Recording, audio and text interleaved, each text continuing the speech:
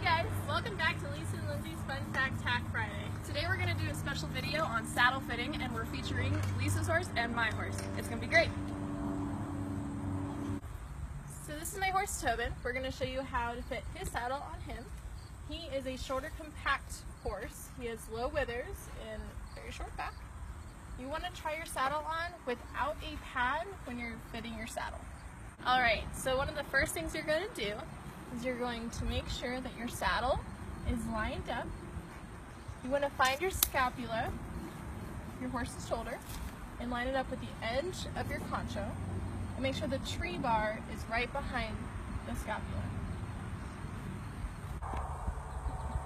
Alright, so the second thing you're going to do is you're going to, for this part, go with your palm down, and you're going to feel the tree against his scapula and make sure that it's not tight or it's not too loose. You don't want it too wide where your saddle is going to slip off, but you don't want your hand to get stuck in any way. You just want it snug enough where your saddle feels comfortable.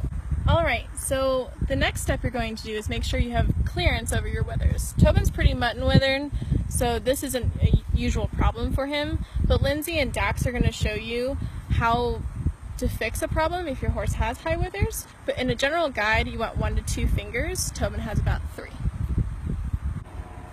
Alright, so the next step is, just like when you feel for your shoulder, you're going to feel for that bar, and this part you're going to do palm up because you want to feel the tree bar against his back. So you're going to go with the bar, and you want to make sure that, again, you don't want any bridging. So that means when your hand slides through the tree bar, that means it's not making enough contact.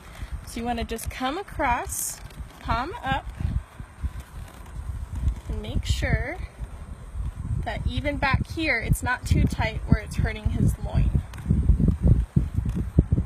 And remember, the most important part is that you have even contact from the front to the back.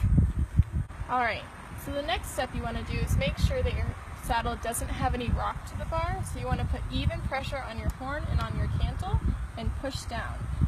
You don't want to do this because you can make any saddle rock. You want to make sure that when you push down, there's no rocking.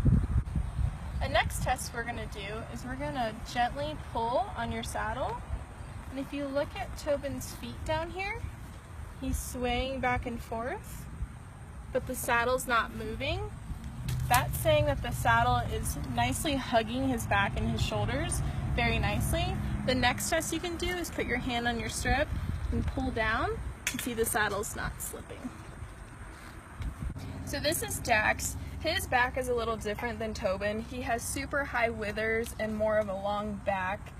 Usually what we find with these high withers is they have that hollow right there behind the shoulder blades. And we never pad to fit a saddle, but with conformation issues like that, sometimes you need a pad. For instance, he used to have really big dips right here, and so I had to use a BioFit pad just to fill that in so my saddle would fit better. I have him on this supplement, it's a Foundation Detox. It's filled that in, so I no longer need the pad, and my saddle fits great. So as you can see, this is a little bit concerning, and Dax has this problem because he is high withered. I have about almost 2 fingers in there, but it's still pretty close to those withers. So we're going to show you what it makes a difference with a wither cutout pad. So this is what it looks like with a wither cutout pad. You can see the remarkable difference that it made and how much more clearance it gave Dax with his saddle. So here at Saddle Up, we know what saddles tend to fit a certain type of back on a horse. So when I was shopping for Dax for his saddle, I chose an HR Saddlery barrel saddle. Because of the way the bars are, they kind of have a little rock to them, so they fit that thoroughbred back a little, and then they have a lot of finesse, so it comes out, gives a lot of nice room for his shoulders, especially with those dips behind the shoulders. This is the pad that I was using beforehand. It's a BioFit pad. It still has that wither cutout to give him clearance, but then it has this gel insert right here that kind of fills in those hollow spots when the saddle is on him. Now, here at Saddle Up, we have these specially made. If you buy directly from Equibrand, this is only set back about 1 inch.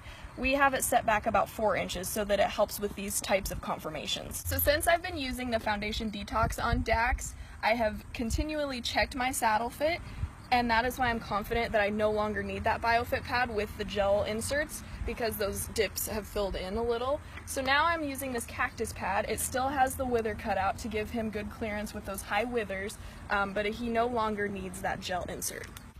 Thanks for watching our video on saddle fitting. We hope you enjoyed, and don't forget we're always here if you have any questions about saddle fitting. And also remember, we do free saddle fits here at the store. And we also travel. So if you want to make a saddle fit appointment, just call us today. Thanks guys, see you next week. Bye! We're off to the races! Jackson's like, come on, buddy! He's not gonna run. Oh, there he goes!